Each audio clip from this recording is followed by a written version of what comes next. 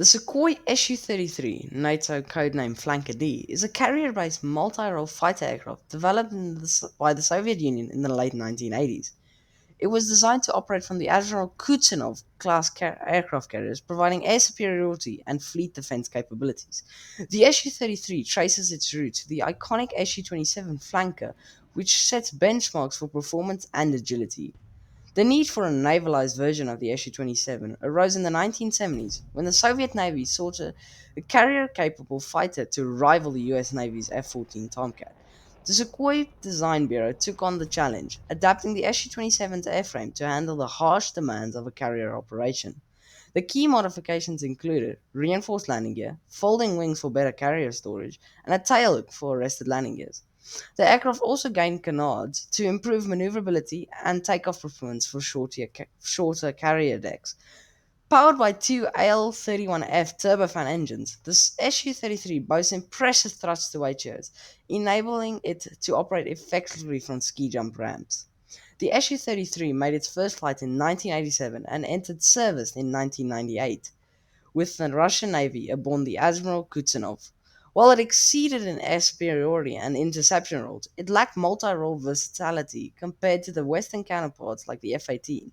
As a result, its production renamed only limited to 35 units built. Despite operational consistencies, the Su-33 has seen in action, notably in the Russians' operation during Syria in 2016, where it conducted airstrikes and reconnaissance missions. Today, the Su-33 is gradually being replaced by the more advanced MiG-29K, which improve avionics and multi-role capabilities.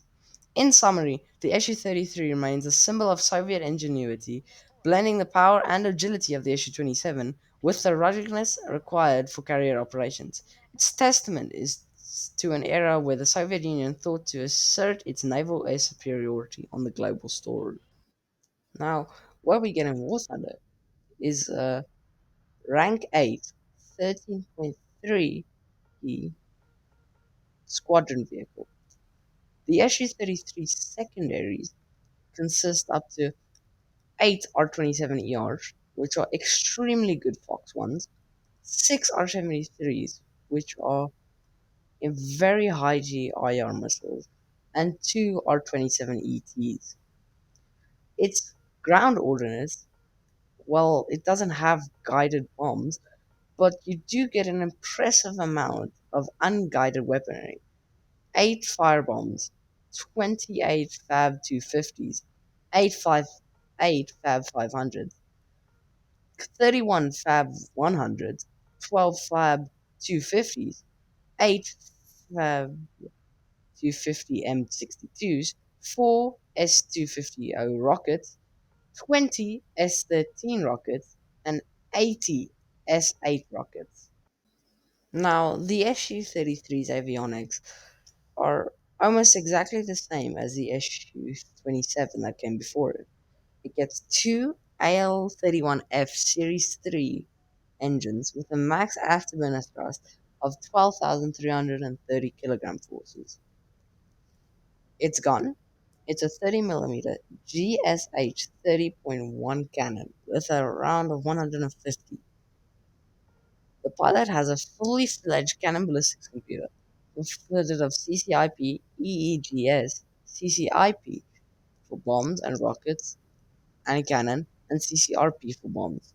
Its radar is the N001K, which is kind of lackluster at that battle rating, considering the other planes.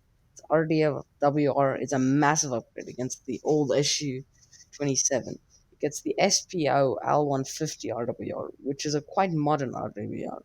Its bands can detect up to C and J with a range of 70 kilometers. It can detect 31 targets, track 12 targets at 12, and its launch detection is 21 targets.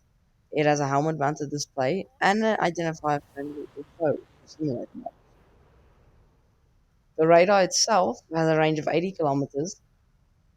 It's looked down head on and all aspects, TWS, and one data link.